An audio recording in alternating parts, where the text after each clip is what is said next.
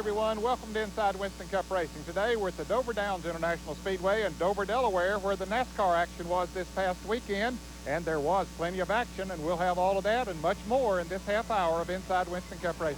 The Budweiser 500 took 4 hours and 44 minutes to complete due to a record-tying 14 yellow flags. Dale Earnhardt was able to steer clear of all the trouble en route to his second straight win. We'll have the story from the Monster Mile. It was a good day in Dover for Todd Bodine. A strong car on the track and quick work in the pits sent the Fiddlefaddle crew to victory lane. We'll have all the Busch Grand National highlights from the Goodwrench Delco 200. As if driving race cars for a living isn't dangerous enough, driver Greg Sachs recently did some skydiving with the world's most elite parachute team, the Army's Golden Knights. You'll jump with him.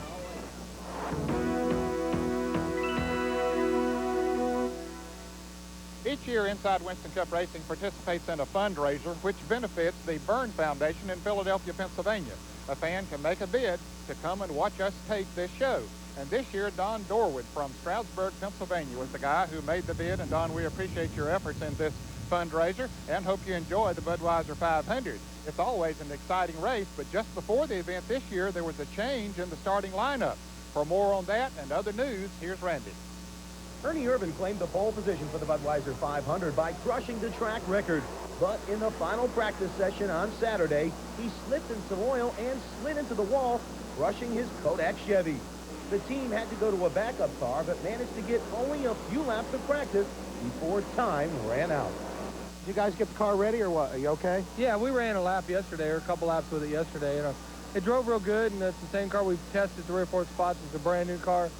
Identical to the one we wrecked yesterday. So we have all anticipations that it'll be a fast car. So just have to find out. We just have to go to the back and figure it out. Well, Ernie Irvan would have to put his Kodak Film Chevrolet at the back of the field for the start of the Budweiser 500. Now, on the outside of row 1 was the Quaker State Ford driven by Brett Bodine, the 3rd time this season that he has qualified on the front row. In fact, qualifying in itself was quite exciting.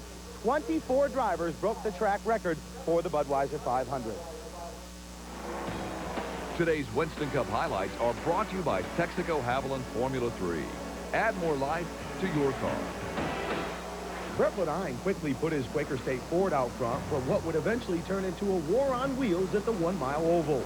Just 21 laps into the 4-hour and 44-minute race, the Monster Mile claimed its first victims when Greg Sachs and Bill Elliott were eliminated from contention after a crash in turn 3.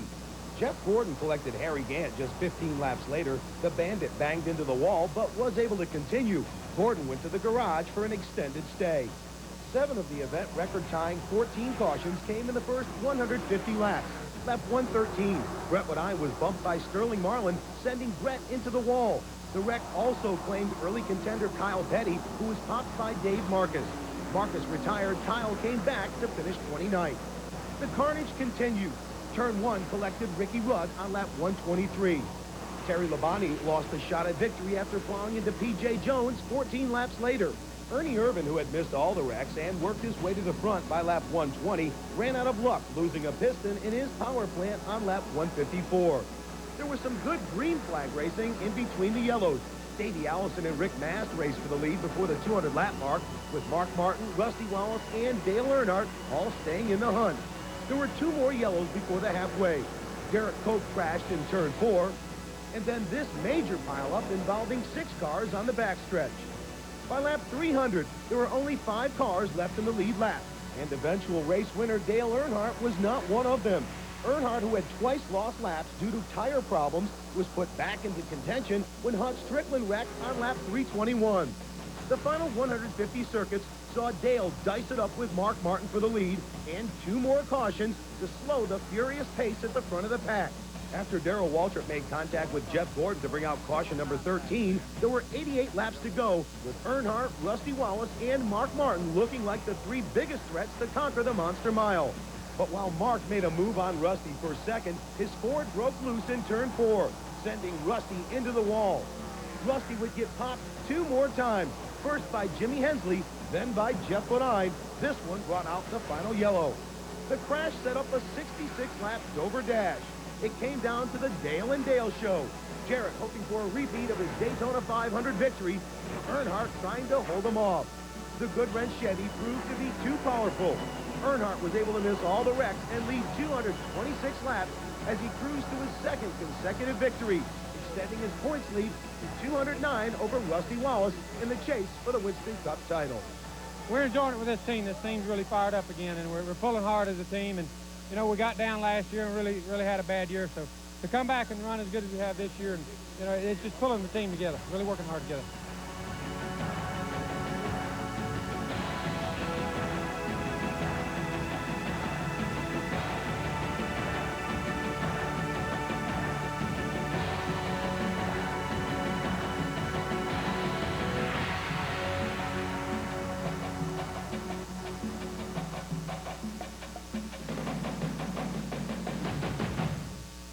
The Budweiser 500, one of the toughest races in all of NASCAR Winston Cup racing.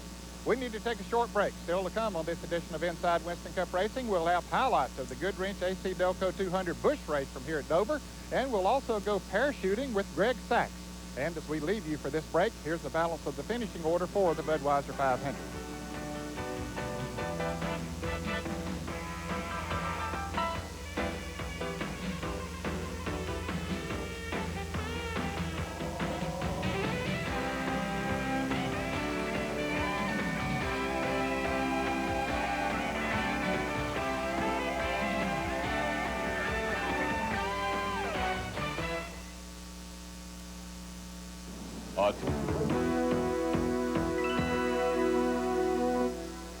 The NASCAR Winston Cup drivers don't have much time, and when they do get a little extra time, they like to make the most of it.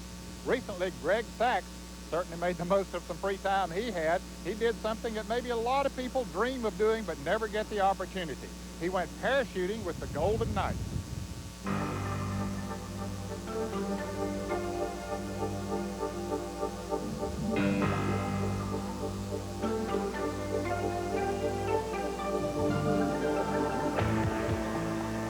The U.S. Army Parachute Team is headquartered at Fort Bragg in North Carolina. It was originally assembled as a 7-man tactics team with the military capability of inserting clandestine forces behind enemy lines. They have since evolved into an 84-person squad that travels the world performing in demonstrations and competing in national and world competitions.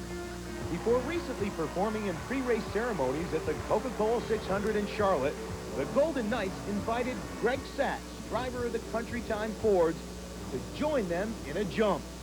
Greg jumped at the chance. All right, let's do it. Yeah. After arriving at Fort Bragg, Greg was greeted by some of the top brass before being taken on a tour of their trophy display room by Sergeant Joe Belcher. The room included hundreds and hundreds of trophies and mementos from competitions and demonstrations over the years. The memorial room recognizes parachutists that have lost their lives in the line of duty. And with the exception of Sergeant Gary Green, who lost his life in an automobile accident, the 7 jumpers along the bottom here are jumpers who lost their lives in parachuting accidents as members of the Golden Knights. Now, you may say 7 jumpers lost their lives. That does sound like a lot, and it is a very high price. However, in the 34-year history of the team, we've made over 20 million parachute jumps. And if you break that down into statistics and things, I'm not a mathematician, but they tell me that you stand a better chance of being hit by lightning in the state of North Carolina than of dying in a parachuting accident. Yeah. So it is a very safe sport that we participate in. Yeah.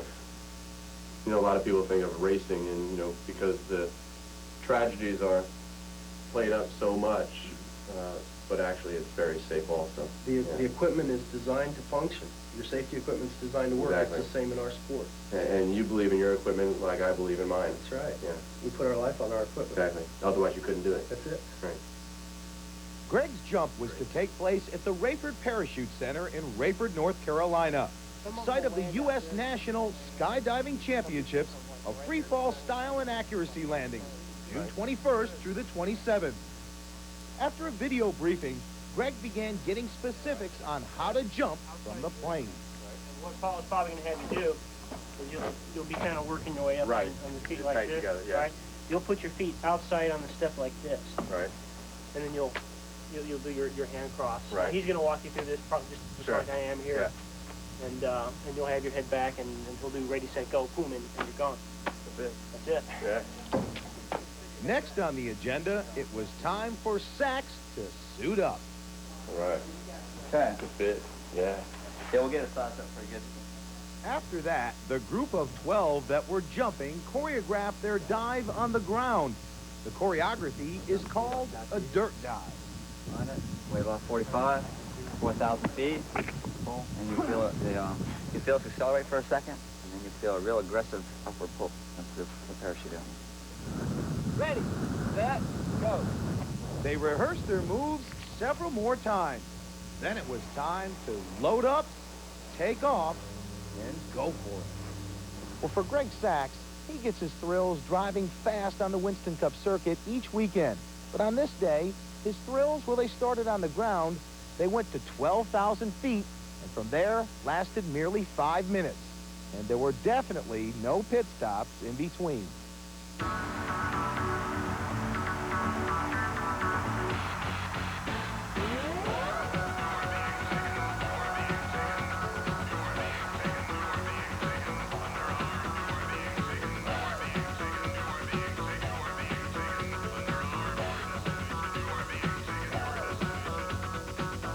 Feet up, flare all the way down, all the way down. Got it.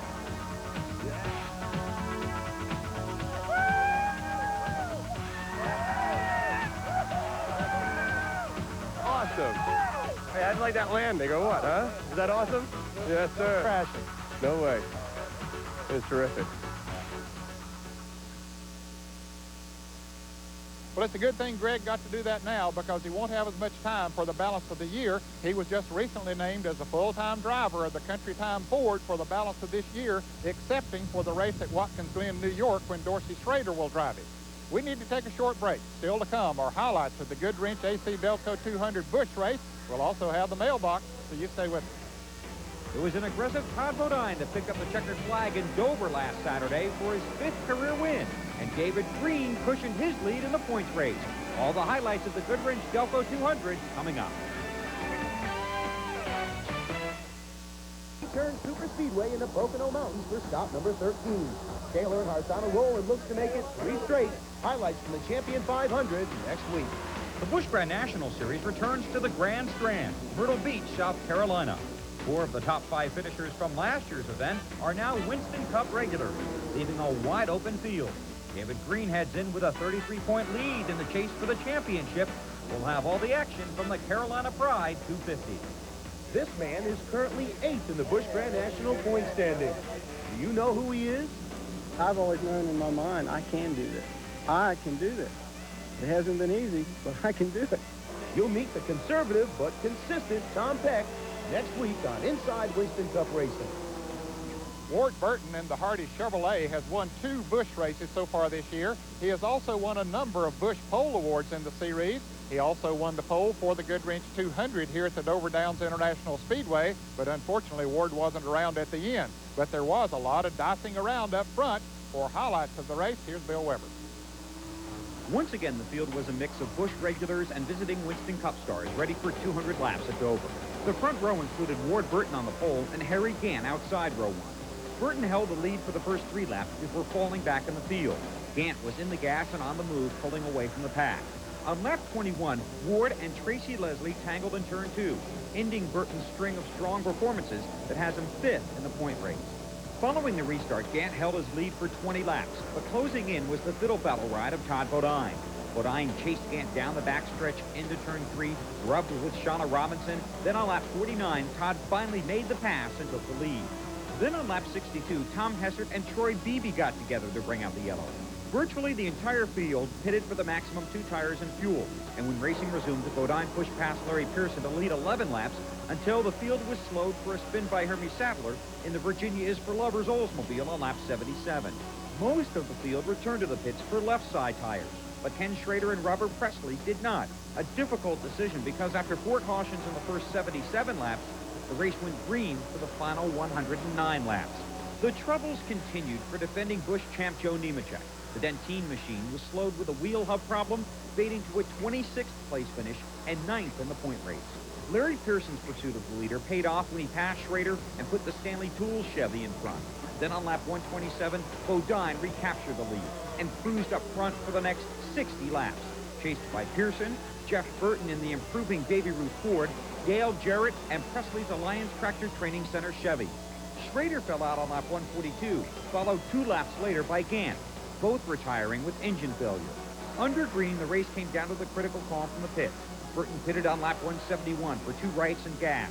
Presley got gas and 2 right side tires with 25 laps left. Bodine stretched the fuel to lap 186, then pitted for gas only and returned to the race. Larry Pearson lasted 1 more lap, pitting for fuel and a chassis adjustment. But when Pearson left the pits, he took the ratchet with him. A costly error that forced a return to pit road and a 6th place finish. Bodine's lead and fuel-only stop proved to be the correct combination. Todd took the checkers by 13.5 seconds over Chad Little for his first win of the season and 2nd career victory at Dover. You know, Jeff was down in turn 1 and 2 spotting, and Brett was up in 3 and 4, and you know, they helped me through the traffic and looked ahead and kept me straight on the track and just let me know what was going on ahead of me. And when you have 2 drivers helping you, it just is a tremendous advantage. Congratulations. Thanks a lot.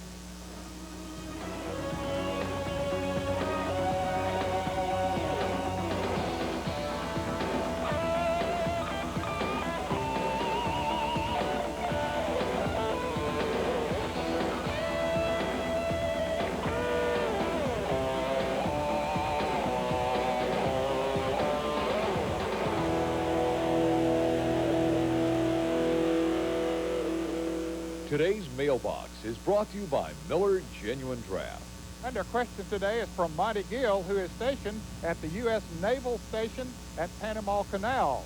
And he writes, for the beginning of each Winston Cup season, do the race teams get a template that fits the current model production car? If not, where do the specifications for the template come from? Good question, Monty, and for the answer, we'll go to Ray Everham, who is the crew chief on the DuPont Chevrolets, which are driven by rookie driver Jeff Gordon. That's a good question, Monty.